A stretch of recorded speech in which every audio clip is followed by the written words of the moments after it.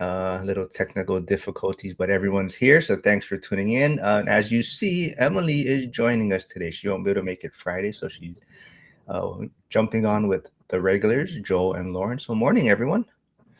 Good morning. Good morning. So I gotta say something though. I mean, we gotta make this one extra wacky because last Wednesday we didn't really mention the wackiness. So imagine being able to build an app with your name on it just by thinking about it. Yes. Hold on, I'm hearing back. Oh, that's me. Okay. That was me. All right. I thought that was me. All right. Cool. Yeah, let's actually I do want to dig. I did send you guys a video that Zuber did recently with Ryan Pineda and Brian Davila, and it's caused quite a stir a little bit in maybe our community, but also I have seen some other reaction videos actually on that video. So like Tom McKay of Flip Anything USA has did a reaction video to it. But did you guys get a chance to take a peek at it? I did, yeah. Oh, okay. Joel, I'm not sure if you did. I know Emily and Lauren did the assignment probably, but maybe Lauren, Did you you do can your go. homework, Joel? Yeah, I'm gonna get an F on the report card. Sorry, guys. Oh. All right. Well, Lauren, what was your thoughts? Did you get through the whole video, or did you kind of just listen? I got through, I think, most of it. Yeah, it was. I was impressed. I have to say, I haven't seen that much of Zuber's content, and I was super impressed with his composure.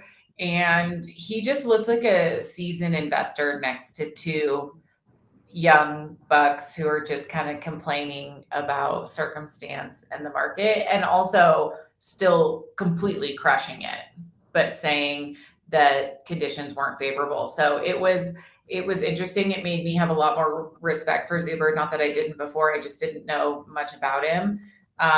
So I definitely left after listening going like, Zuber's the man. Like, he had so much poise and composure and just like good information and good facts, and he's been doing it for a long time. And I totally agree with him, which is like, and I've seen some of the content of Ryan Pineda, like early days, and it very much was like get rich quick content.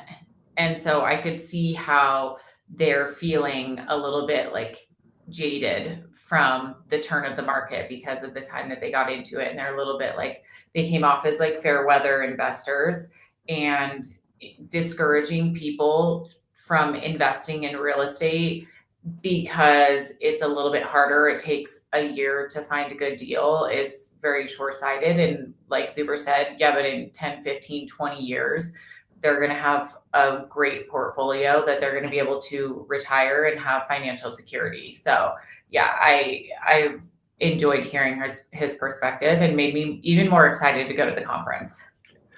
All right. I just want to remind everyone, Lauren has her channel linked, so she is streaming right now. So go jump over there. Yeah, go to subscribe, like, and also I'm not sure if Emily got hers hooked up yet. Okay, but Joe is streaming live, so go jump over there also. As you can see, Emily is somewhere. So maybe before she gives her thoughts on the video, where are you right now, Emily? And what are you, I guess, waiting for or whatnot?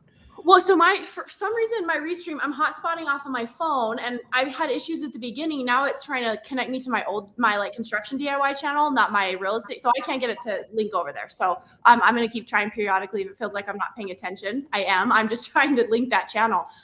So I'm just on a job site right now. This is a house that I'm flipping, unless the market turns, and then it will be a rental. But the intention is to flip it. And I have a guy measuring carpet for me. So, they give you that window you got to be here for. So anyway, I have my computer over here hotspotted to my phone. And yeah, is that all you want, or do you want me to give you my answer too? Yeah, you may as well give us a little bit of your thoughts on it, because Joel apparently didn't do the assignment. So we might as well just let you talk on it a little bit. We can like spark notes it, and then he can give his opinion and be like, oh yeah, I totally watched it. Yeah. So I agree a lot of with a lot of what Lauren said. I think that it is going to be harder. And as they went through the conversation, they did acknowledge, they didn't say it wasn't going to, well, they did really drag on rental properties. They're more flippers.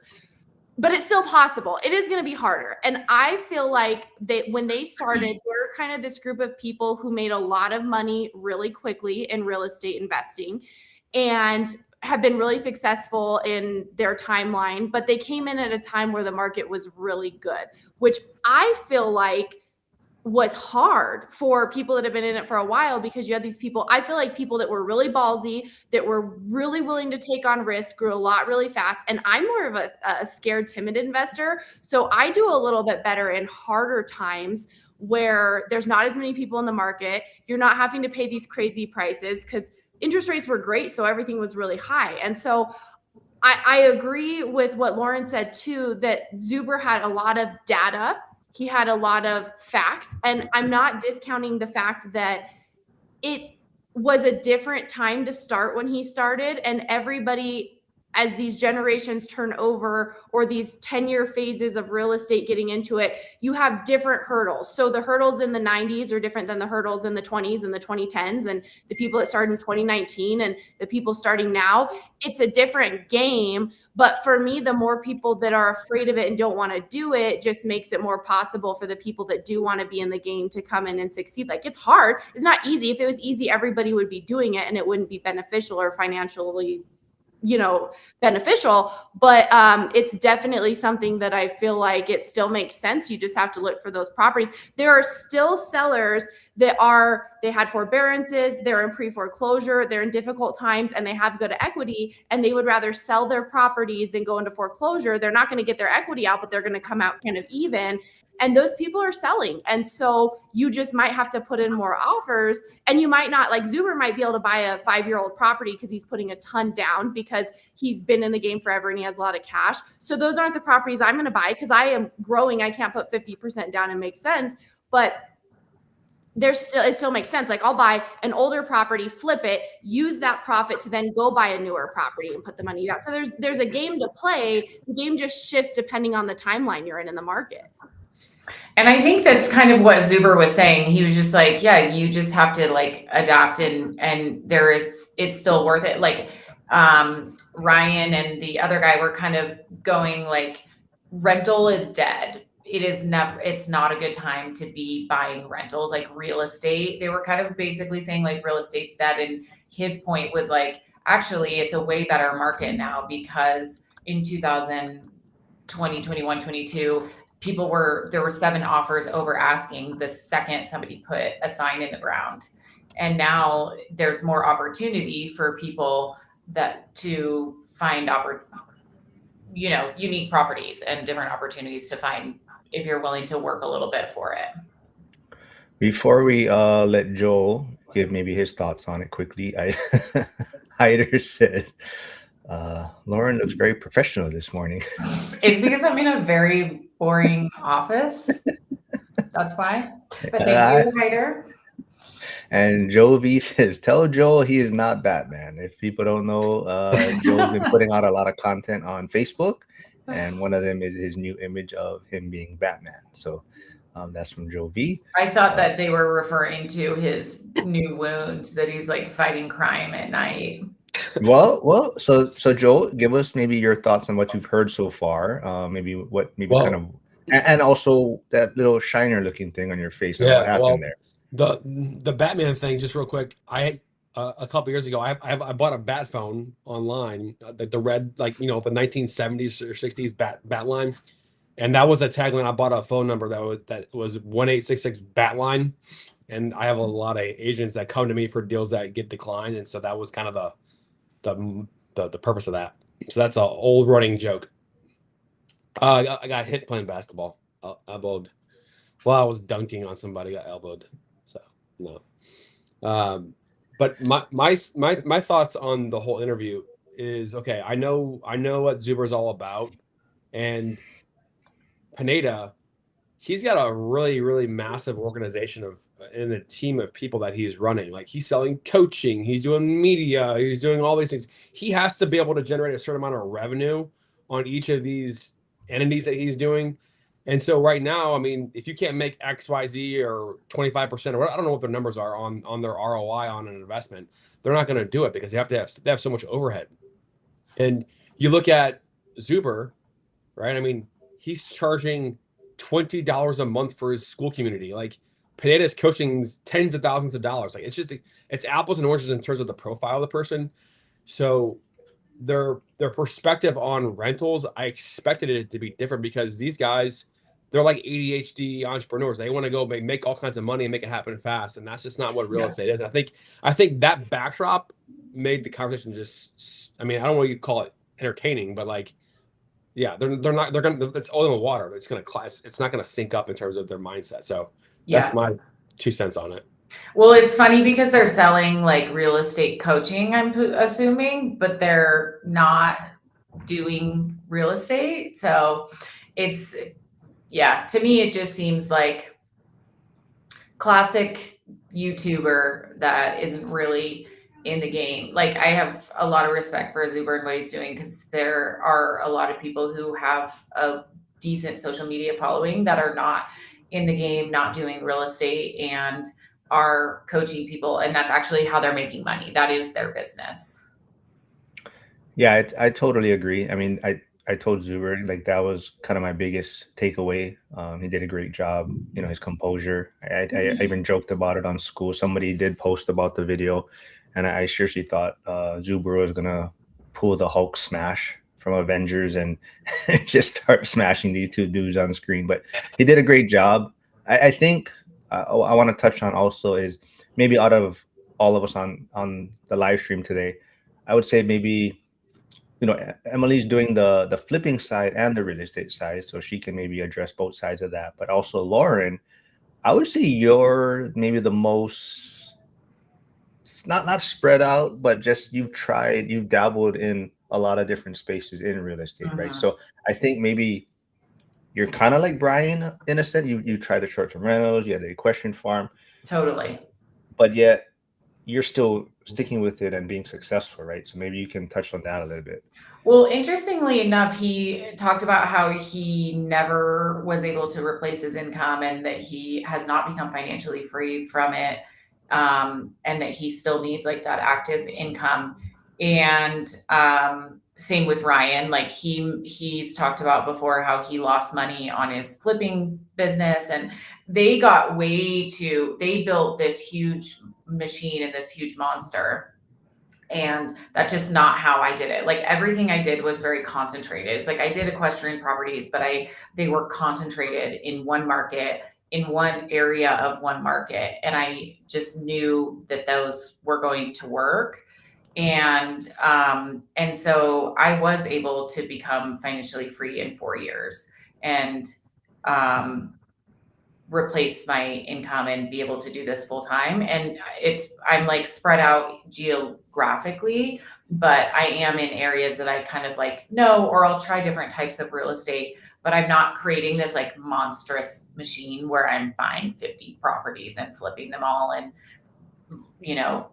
feeding one over here from the income of that, and that one's losing money. Like I'm not doing that. I'm still doing I still have a very small portfolio comparatively. Now, like I said, Emily, maybe you can kind of touch on, like you're still flipping properties, but you have long-term rentals, and kind of how it almost seems as like a lot of people probably only do one, right? Either they're on the flipping side of things, or some people are in the long-term real estate side of things, but you're able to seem like it made both of them work at the same time, right? So how is that difficult for you to kind of navigate that? Like sometimes you get excited about the flips, or the long-term rental is kind of too slow for you, but how are you handling both sides? I think again to what Lauren said, so I see these people that grew a lot really fast. Some of the coaches, some of the people, because that's what people click on, right? That's, oh, I want to do that. And so, and I kind of go, oh, I've been investing for a long time and I'm not there. But I always say this, I'm adverse to risk. And so I have done this very slowly, but I also really, obviously something could happen. You could have an injury, but there's really a snowball's chance in hell that I'm going to lose this all because I've done it so slow and I have low debt to income ratios, I have a lot of cash reserves. And so you see these people that are like, yeah, I've lost money. They're taking on a lot of risk. Now they've also become successful in a shorter amount of time, but they're taking on a lot of risk by doing that. And I'm sure they're much more financially, I'm sure they have a lot more money than I do. But for me, I always bought and held. So everything I had rental wise, I held on to.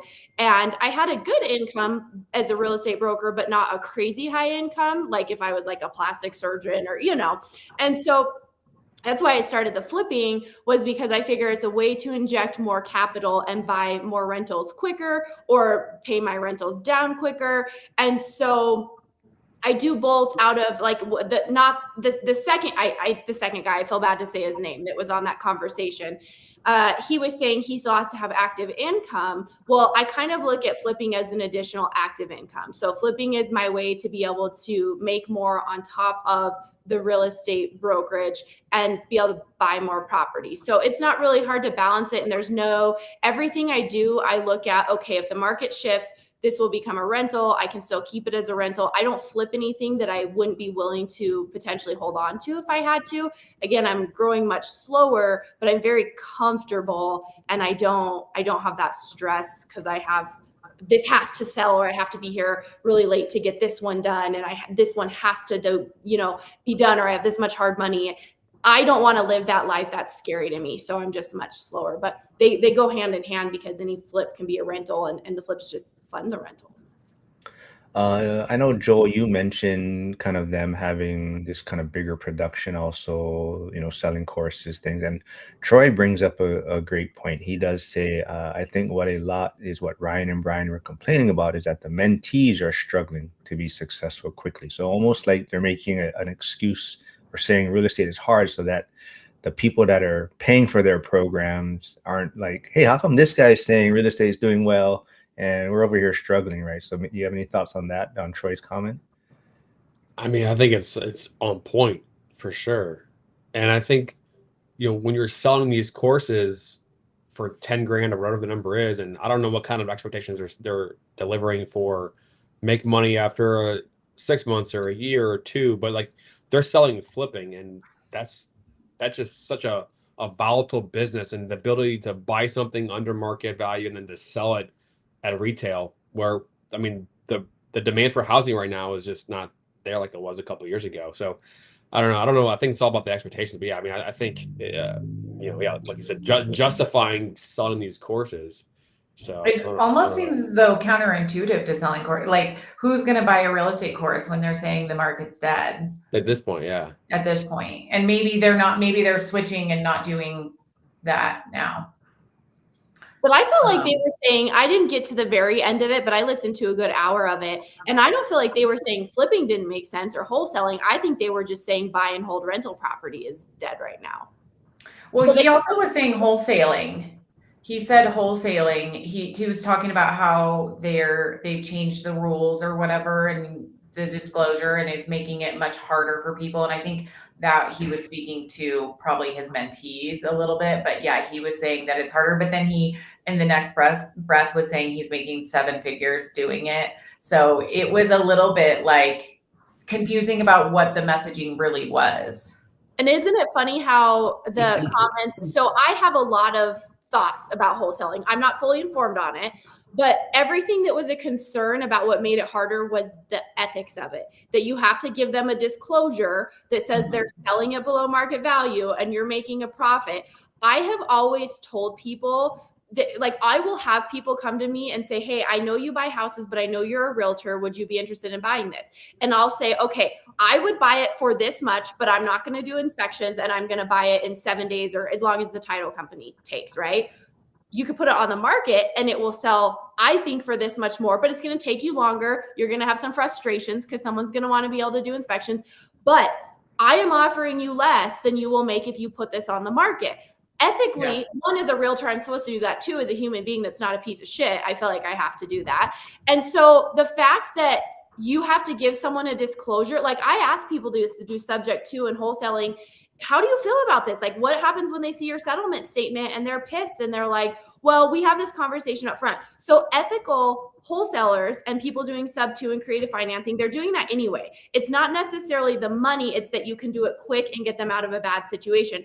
If you're buying a house, like I had a flipper tell my husband one time, we got this house for X amount, it's worth this. And I'm like, how do you sleep? Like, that person had no idea what their house was worth. And you I just don't feel good about that. So the fact that people having to understand that they're kind of getting bamboozled hurts your business, maybe that's not a great business. That's just how I feel about it. Like, again, if someone knows you're making a profit and it's mutually beneficial, that's okay. But if they're being some little old lady is selling you her house for 80 grand and it's worth 200 as is, and you're not telling her that, maybe you're kind of a piece of shit.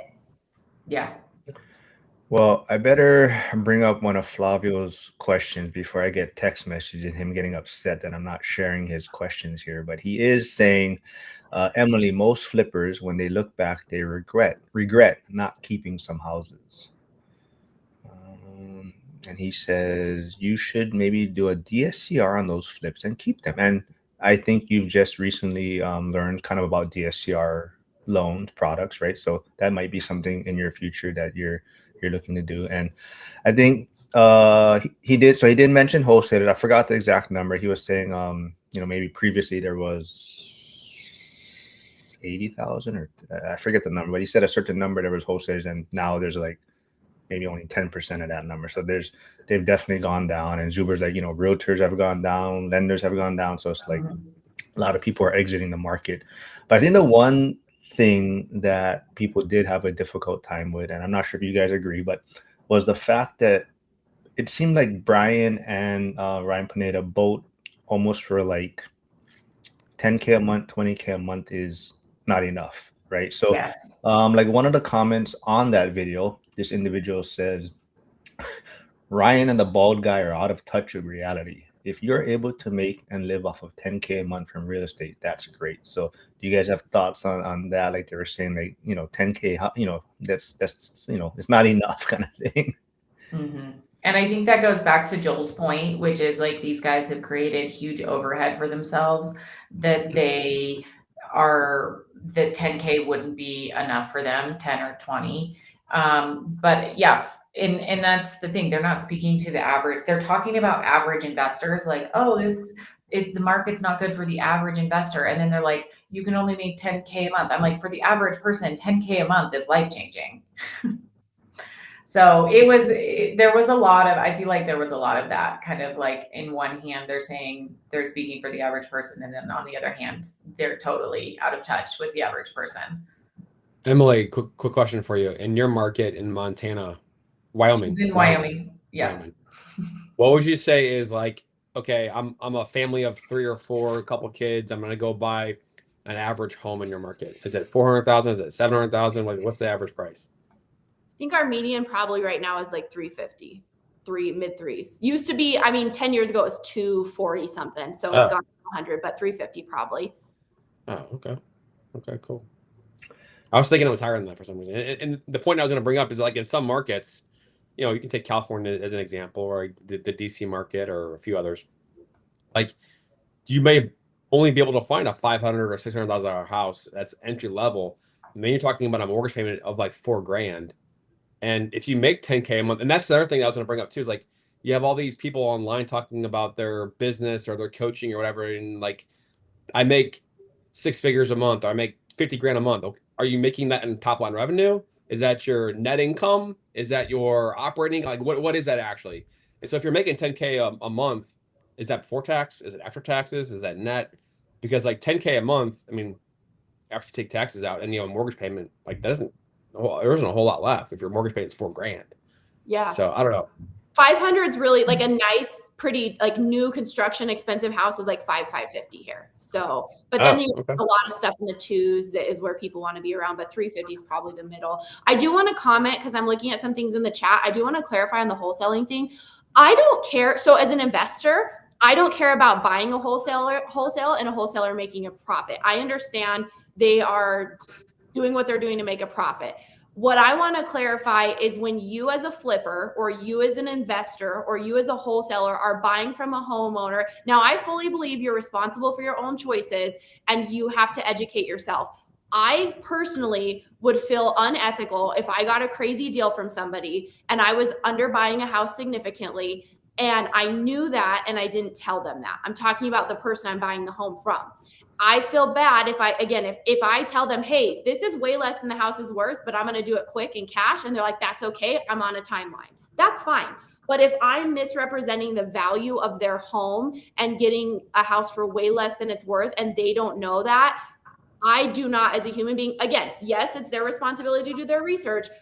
I can't live with that. I don't feel ethically about that as the person purchasing it. So I don't care if a wholesaler makes a profit. I just don't like when a homeowner doesn't understand and they trusted you and you aren't straightforward with them. So I just want to clarify on that.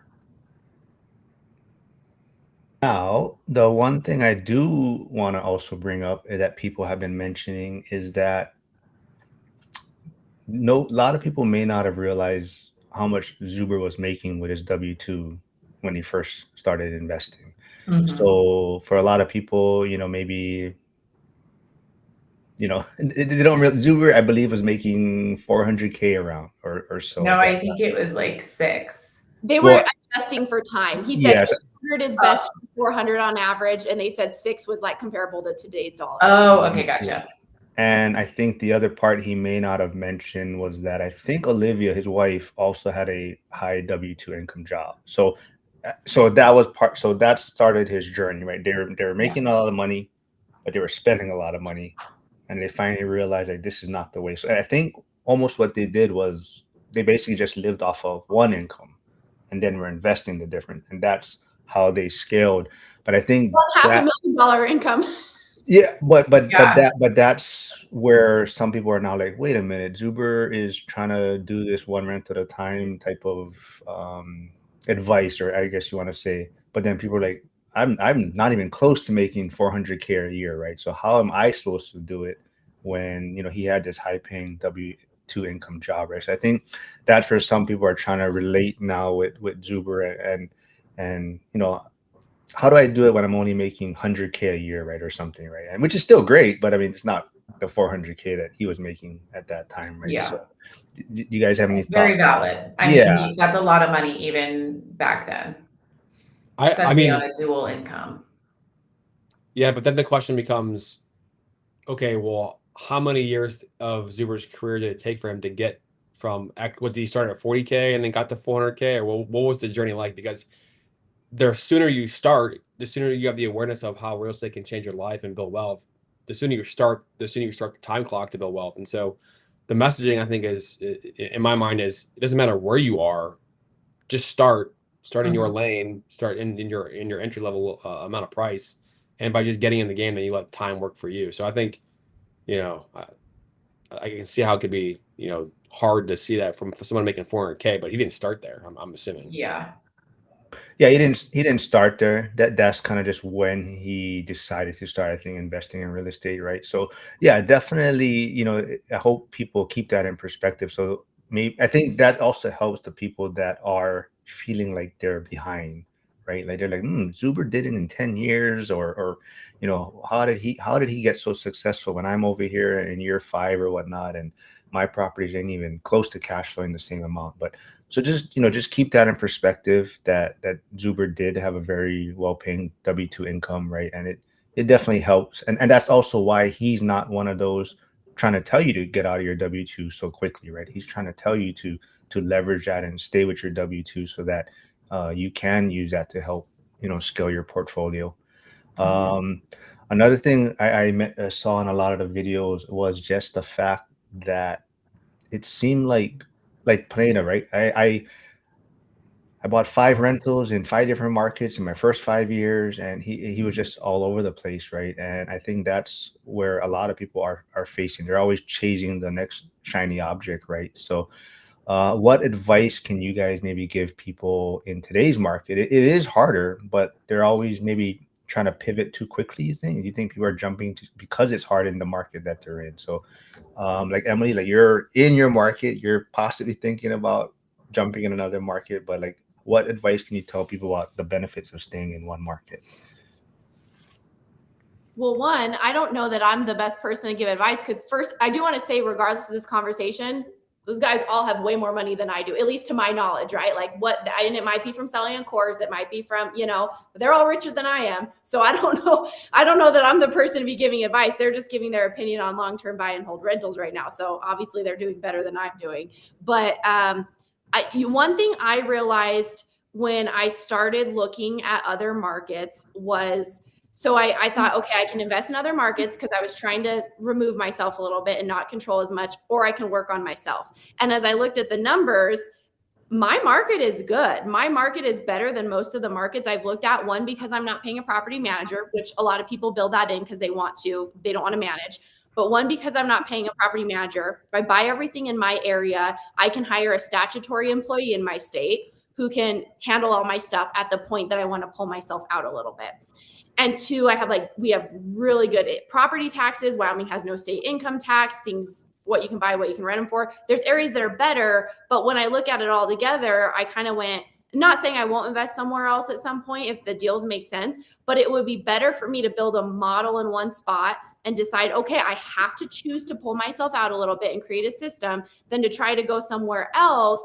I'm still building a system. I just, the numbers aren't as good once I look at the taxes, once I pay a manager, once I, all those things. So for me, it kind of made me feel like my market's not that bad. I'm the problem. It's me. I'm the problem. It's me. I got to work on myself. But again, I'm not, how can I give advice when those people, they're saying something about rental property, but I would assume they're all doing better than I'm doing financially. So who am I to say? To that point, I will say that I know people that have spent about 100K on Pineda's mastermind or being in that inner circle, and they renew it every year. So apparently they're getting some benefit, or they, things that they get out of it. But yeah, how you say 100K? Yeah. So he has like a probably inner circle mastermind type of thing, and it's a yeah. So I know people that have, well, I shouldn't say, I know a person that has done it and they renewed, or they've done it more than 1 year. So they must feel that they're getting that value out of being in there, right? So, but yeah.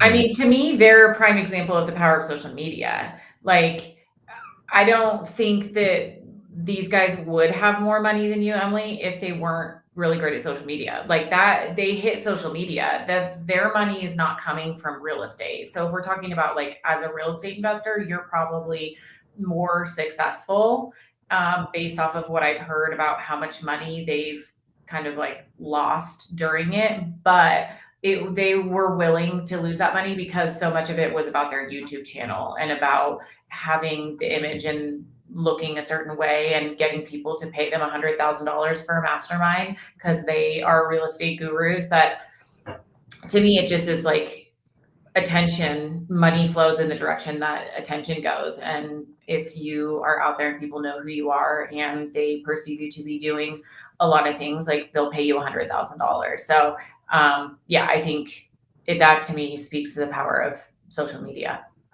Yeah, when you spend that kind of money, you're paying for access to that network too. So it's like, okay, Pineda's built this brand. He's got connections that you and I will never probably have at this point in our lives. So yeah, maybe the person like what other business, like what business do they run? What industry are they in, Mark?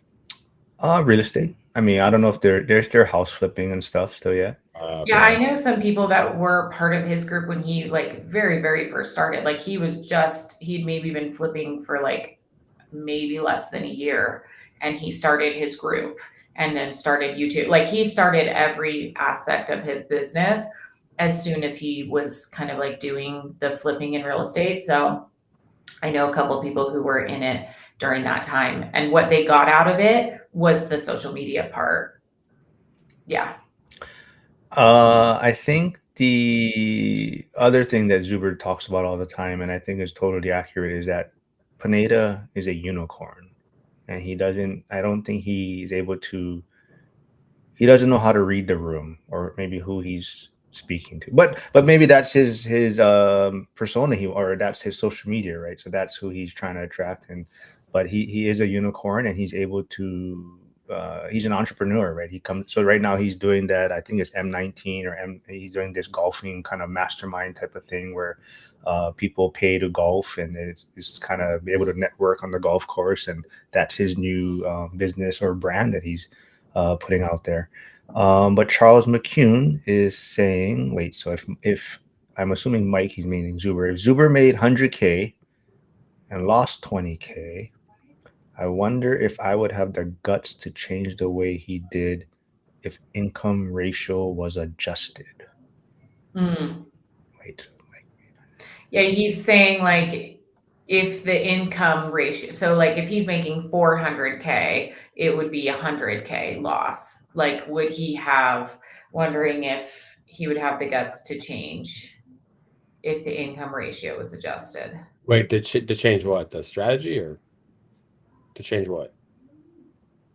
I think he's just saying if you're making $400,000 to $800,000 a year and you lose $20,000, it's not that big of a deal. If you're making $100,000 a year and you lose $20,000, it could be really damaging. And so when you have a higher earned income, you can take some of those risks and take some of those losses because you know in real estate sometimes you win, sometimes you lose. But if you have that to fall back on, it's a little bit less scary, and we approached it differently.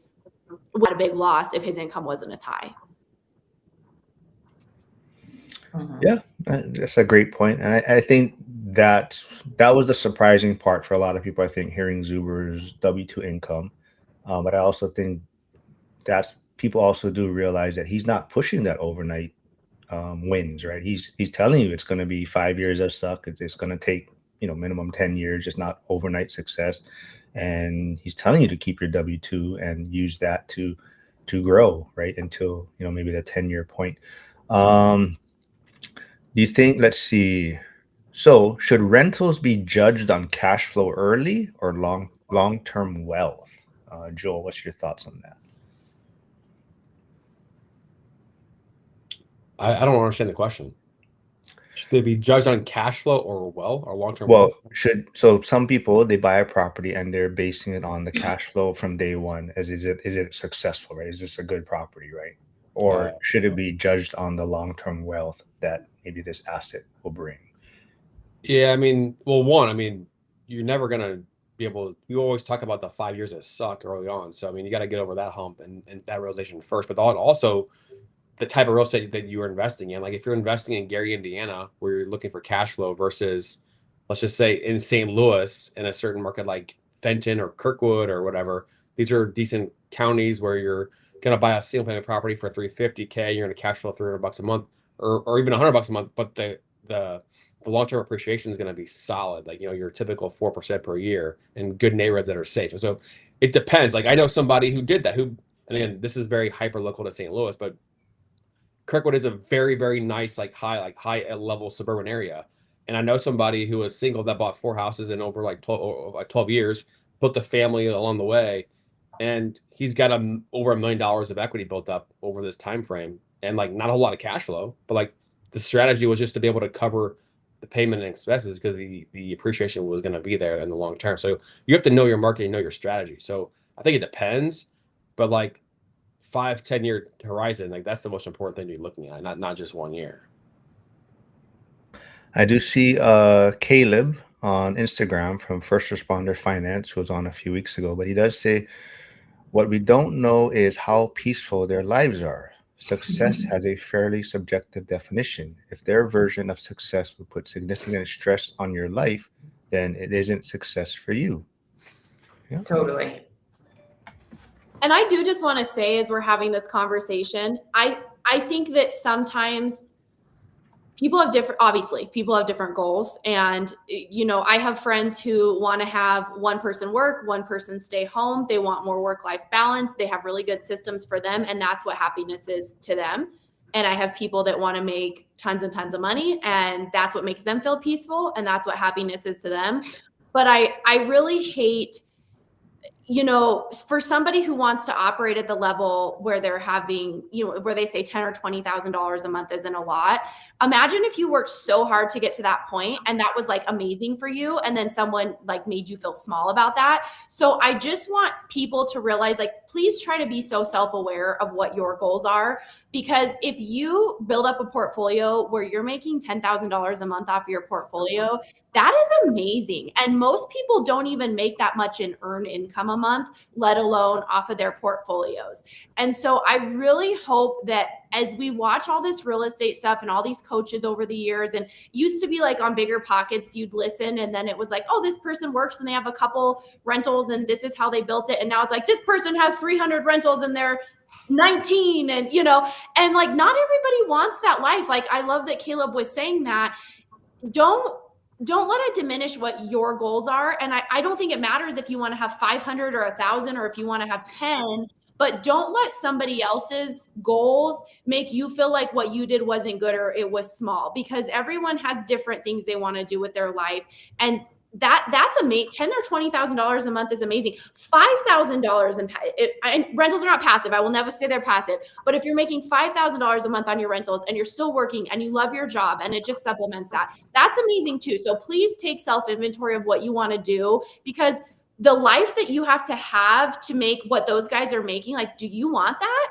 And I just want to point that out, because I don't want to diminish the success that people like. I love Coach Chad Carson, Small Mighty Investor, talks about growing cautiously and slowly. And now he has like 150 rentals, 175, I don't know, but he did it in a very careful, tactical way. I just want to point that out, because I feel like this, if your goals are different than his, don't listen to people that are where you don't want to be necessarily. And also, what it looks like is not always what it seems like on the other side. Like, I do know a lot of people who were investing and would probably have the same sentiment and that jadedness that Ryan and the other guy were talking about comes because they probably had a really stressful time when the market shifted and turned. And I can imagine if I was flipping 50 to 100 houses and rentals or wholesaling, whatever, and my business starts dying and I have employees and all of that, like the stress that comes along with that, I don't think any of us would want. And so what it looks like on social media is like all of this success behind the scenes might be a total dumpster fire. And it might be successful in other ways as well, but it's just like, you don't know what's actually going on. And I do remember during like COVID, everybody was obsessed with counting doors. Like, it was just like, oh, I've been investing for 2 years and I have 25 doors. And I now see all of those people singing a different tune, like Coach Carson talking about Small and Mighty. A lot of them have gone on to be like, no, now I've sold all of those properties and I just have a select handful. So they'll be singing a different tune in 2 years. So just like know your own strategy, know your own goals, what you want, and stick to that plan, because I guarantee in a few years' time, it's all going to come back around and people might be saying what you've been doing all along, which is like what they were trying to do isn't working. Like, we don't know what goes on behind the scenes. All you can do is like know your own life and try and reach the goals that you have, and not try to keep up with the Joneses on social media. Yeah, I think. Oh yeah, go ahead. Well, go ahead, Marcus. I was going to. No, I was just going to say a different subject. Oh, okay. I was just going to say that, yeah. Like, so, like, Cody Davis, my Monday guest, who had this, I think, like 250 doors by, 24, 25. He's, scaling back. He understands it's not door count. He's trying to consolidate, get newer properties, take some headaches off the table, get rid of partnerships, things like that. Justin Cambra, who'll be on Friday, taking Emily's place on Friday's live stream. But Justin, same thing. He scaled quickly. I believe he was up to maybe 100 doors, 4 or 5 different markets. But he's trying to sell off a lot of things, even, move a lot of his money back to closer to him now that he's got a certain footing, right? But yeah, a lot of people at a certain point, try to consolidate things and clean it up. Before Joel brings up maybe another ish topic or whatever, but I did want to touch on, there was a lot of chatter in the chats from those videos, is even when I'll just say the bald guy, then he was no, well, I don't want to say his name, but so the bald guy, but he said something like, I bought an apartment like 2 to 3 units or something, or Yeah. and a lot of people in the chat were like, that's not an apartment. Like, so like they're almost like, this guy is talking real estate, selling a course, and yet like it seems like maybe he doesn't even know what he's doing to some extent, right? So I don't know if you guys picked up on that or. Yeah. Oh my gosh, absolutely. So, some of the stuff that he was saying, even he said, when he said he was convinced to buy these like HUD properties and they aren't performing well, and I'm going, who's doing your like acquisition analysis? Like, who's running your numbers? Because it seems like you need a new person to do that, because he basically said nothing he has ever done has made money except for his wholesaling business. Like, No shit. he's never made money on real estate. And I'm like, if you're making 7 figures in wholesaling and you can't make money in real estate, you have an issue with how you're analyzing deals, because you either are buying at the wrong loan to value, or you're buying properties that you're not like doing your due diligence and doing the correct inspections and knowing what you're getting into. So your costs end up being way more, or you're analyzing the rental market wrong. Like, something's going wrong if you're making 7 figures. And then, yeah, he said he started off buying small apartments of 2 units. I'm like, that's a duplex. Well, I'll address this real quick. So Hugo's saying I thought Mark was the bald guy, and I'll be honest though. If I had hair like Pineda, I would be coloring it red or something too to get attraction to my channel. I definitely would. But the funny thing, the funny thing though is last week I did a live stream with Justin Cambra, and I put myself on the thumbnail also, but I had a picture of me with no hat on. And we got on the live stream before we started. Justin's like, "Oh, is the other guy jumping on?" And I'm like, "What are you talking about?" Like, that's me in the thumbnail. He's like, "Oh man, I didn't know you were involved in that." That's so funny. You Right, have to, that hat just is part of you now. Like, you have to wear it. Nobody will recognize you at the conference if you don't wear it. Well, it's because Joe V said there's a shine off of my forehead when I don't have a hat on the live stream. So that's why I wear a hat all the time now. Joe V, man, he don't let up. But Joe, what did you want to bring up then? Well, I look back at my own journey, and I started my real estate journey. I bought my first house in 2009. My first rental became the next one when I bought in 2013. I guess 2013 I bought my next house, and we just didn't have the information and the awareness of what we do today with all the YouTube and influencers and whatever. And I look back and like fear, like, okay, if I don't do this now, I'm just not going to do it. Like my second home, like I was very scared because I'm in a commission job, etc.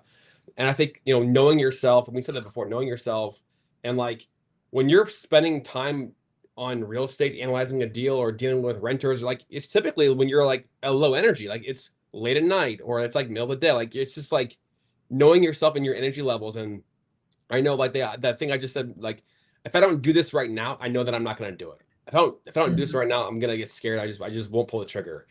And I hear people talk about, well, I did this and I went all into real estate and then now it's too much and I'm going to scale back. But it's like, well, if you didn't do that, would you be in the game at all? And I look at this whole real estate journey and just knowing yourself and knowing your relationship with fear. And then like to pivot a little bit off of that, like the whole interview with Tony Robbins and Alex Hormozi. And it was an amazing interview. People can have their own thoughts about it. But I'm seeing a lot of people weighing in on their thoughts of like almost putting Alex Hormozi in a negative light. Like, okay, he has all these demons and all these childhood wounds and his parents, didn't love him. And he's like got all this stuff he's hanging that he's like, he's only this good because he had all this, pain that he's been working through. And he works nonstop and doesn't have a life and doesn't have a life worth living. He's not having any fun, blah, blah, blah, blah. It's like everyone wants to be armchair quarterback, but he's using all these things as fuel to get to where he wanted to go. He put these goals out there himself. He figured out ways to be able to fuel himself with extra energy to be able to make these things happen. I just think it's funny when you've got somebody like that who's doing amazing things and he had his own journey and you have all these armchair quarterbacks critiquing him on this. And especially the people that are like in the counseling world, like, I don't know. I'm not one. I've been through counseling, my own demons, but I'm not one to judge somebody else and put somebody down for what or how they accomplish something. I just think it's just interesting. There's a lot of that stuff going on right now after that interview as well. Yeah. Steven, who's just retired from the FDNY, who just joined the school community, and I'm still trying to pester him to be in Vegas because there is tickets available. So if people don't know, the official sale ticket sales have stopped, but Zuber has 15 tickets still to sell. But Steven's asking, I know asking about door count is something a novice will ask, but doesn't asking that question help you to understand an investor's experience? I don't think so, because I know a lot of people who had a high door count, quote unquote, but they were essentially just very quickly buying properties, utilizing partnerships or other people's money or whatever it was. And in 4 years, they lost everything. So I don't Holy know. I cow. mean, they're certainly getting some sort of experience. They might be really experienced in acquisition or finding properties or whatever, but I know a lot of people that didn't make money. So I think the question is like, what kind of experience are you looking for? Like they do have some experience. They are buying, they are in the game, but I think you need to ask more about, because there are other people like Coach Carson. Obviously, he has a lot of doors now, but at a time, someone who was like growing or building their portfolio slower but steady might be somebody who has more experience or better advice for you. I think it's about knowing what you're trying to do and then finding somebody who's done that and has done it successfully. So I think success is the word that I would use rather than experience. Like find somebody who's doing what you do want to do successfully and then ask for their advice. I don't think door count necessarily attributes to success. I mean, I know somebody has like 3.4% ownership of like over 100 doors. It's like, Yeah. I mean, that's cool. Well, Like and you that's did all the kinds of thing. stuff, but like what does that actually mean? I don't even know. People will say they have a certain number of doors and what they own of that is infinitesimally small. Like they sold all of that, you're getting the tiniest paycheck. And that's if, like you said, that's if that's making money. If there's actually equity in the deal still. Yeah. And I don't think this is the problem you're talking about, right, Joe? But Charles is saying, "Hi, my name is Joe, and I have a real estate investing problem." He says, "I feel the same." But I just maybe we can wrap it up with this stuff. So I think part of the struggle problem is, yes, real estate is hard right now. It is a lot maybe more challenging the past few years, but at the same time, we're seeing what the stocks hit 7,000 or S&P hit 7,000 today. Was that what it was? I think it touched 7,000, right? Silver is at what, 120, 125. So gold 115. Yeah. So I mean, Gold over 5K. so other asset classes are doing very well, right? So I think that's also where some people are like, is this $200 a month cash flow worth it, right? So I think, Well, I want to say one thing because I'm analyzing like a lot of deals right now because I'm in the midst of my 1031 exchange. And I have to say, I have seen opportunities like I haven't seen previously in that people are desperate to sell. Like all of those 5-year ARMs are coming up on commercial loans. I'm looking at storage facilities as well. Every single one of them is offering owner financing. A lot of them are overpriced or they want certain things, but then you can make money on terms. Like there is so much opportunity right now for people who are creative and who want to put in the work and find deals because they don't have the money to put in or as much money to put in. It's discounted. Like the way that I look at real estate right now is that it's discounted. It's not a great market. That means it's a buyer's market. Like I think we are in a great market right now to be an investor getting in. It is not the 2021 hype and craze. And the good part about that was you knew that the market was trending upward. So even if you didn't make a great buy, you knew that the equity was going to be there and you could turn around and flip it and sell it. So like it was a great market at that time as well. But there's opportunity here if you look at finding it and put the work in and start reaching out to people. Like it's there, and it might just take a little longer, and you have to get creative with it. But people are willing to take things that you can make outrageously rude offers right now, and people will consider them. And that's what I've seen. I'm a deal while I'm helping somebody put a term sheet together on a. Oh,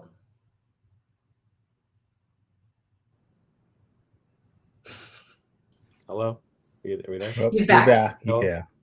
Sorry. Can you hear us? A mobile home park for like $1.9 million, and the seller's willing to do a $500,000 seller carry. Like he's that desperate to move a deal. It's like, yeah, there's Yeah. And to Joel's point, if you're somebody who doesn't have a lot of capital, you can make money putting a deal together right now because that takes so much work. And you can bring some people on that have capital, do a seller carry, and then put in your equity in there for putting the deal together. Hugo is saying you can make $200 a week from a newsletter with less than 100 subscribers. So Hugo, if you have your link to your newsletter, throw it in the chat. Hugo will be in Vegas. I don't know if Hugo's gonna be at the actual event, but he probably will be attending Vegas. He does say Lauren is right about a buyer's market. You can now afford approximately $36,000 more in home value compared to this time last year. Find out more in my newsletter. Yes. what should I Mark was do a gonna say- newsletter? I'm not doing a newsletter.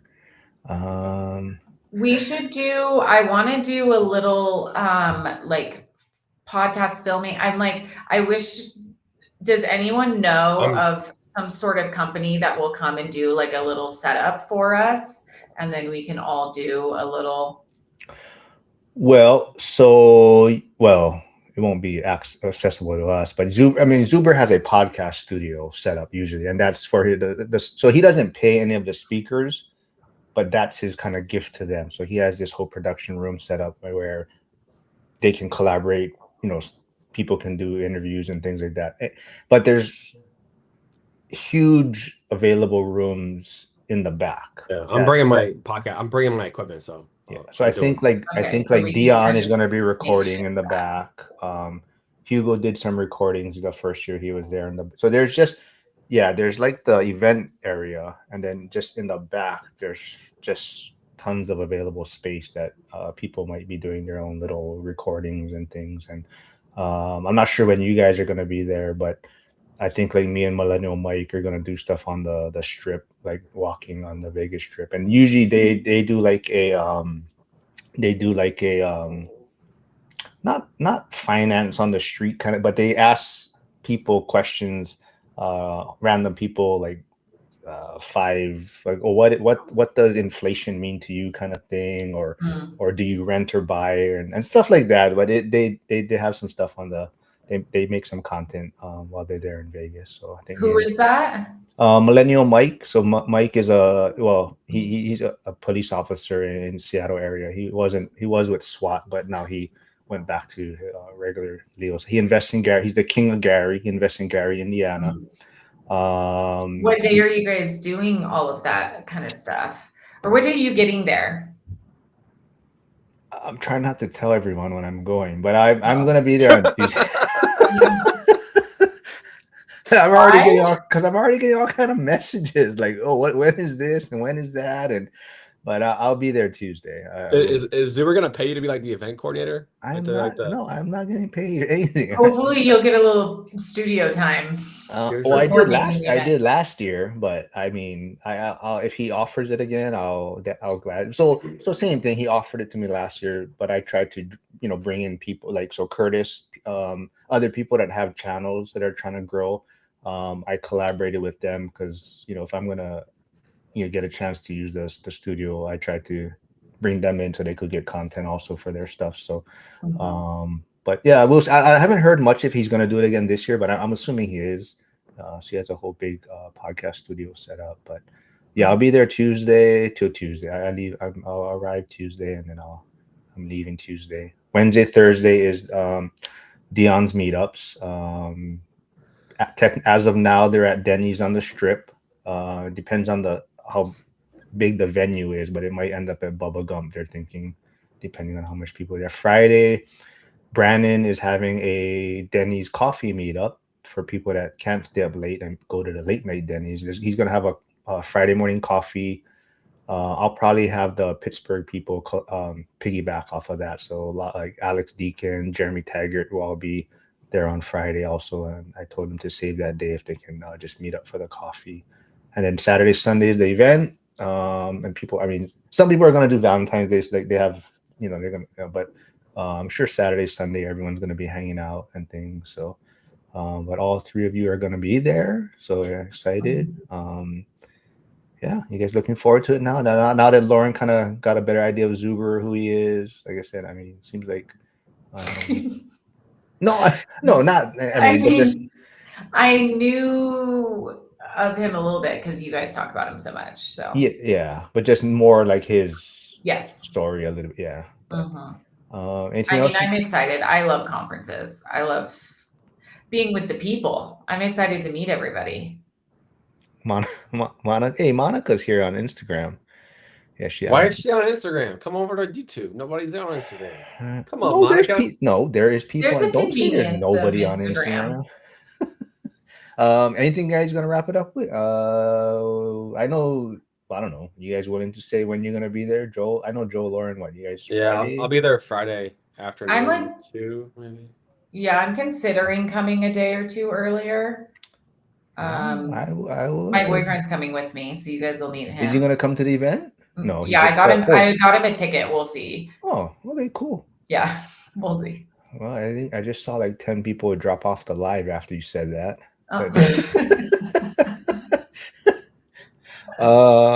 She's my favorite. Oh, Lauren always has my back, Monica said. Hey, I Val, sure do. Val Martin, firefighter realtor on Maui, is here also. He says, I'm here. Monica said all the cool people are on Instagram. Hey, Lauren, I'm gonna be in Clearwater area doing some interviews and content. March 21st. It's Saturday. Are you gonna be in Florida in that time? I could. Okay, I'll let you know. I'll be in Kansas City April, I think 7th, doing some interviews. I'm getting some things lined up. Okay. Yeah. And then New Orleans is coming soon too. I don't have a date picked out. I have some great people I could connect you with too in Kansas City. Oh, really? Okay. Yeah. You know, I think a lot of people are, so Charles is also saying it's his 10-year wedding anniversary, married in Vegas. There's like 3 or 4 people that are, I think, going to be celebrating their anniversary like that weekend. Valentine's Day. Yeah. Those cheap asses did it on that one so they don't forget and they can just no, I'm just playing. Flavio, here's the question. We'll end it with this one then. Flavio's asking, Joel, are you bringing your girlfriend too? Of course not. That means I have to choose one. Oh. Right. Well, man. You could get a couple hotel rooms and just Emily's like, well, I don't think that. It's been a while since Emily's been on the Wednesday one. Any final words from you, Emily? Thanks for jumping on today. I know Friday you had some stuff. Friday listing, right? You're selling you're closing on it, a sale, or? Yeah, I just have 2 closings in the morning. So with my final walkthroughs and stuff, it just isn't lined up. All right. Well, everyone. Hugo's getting married in Vegas. We'll all be at the wedding.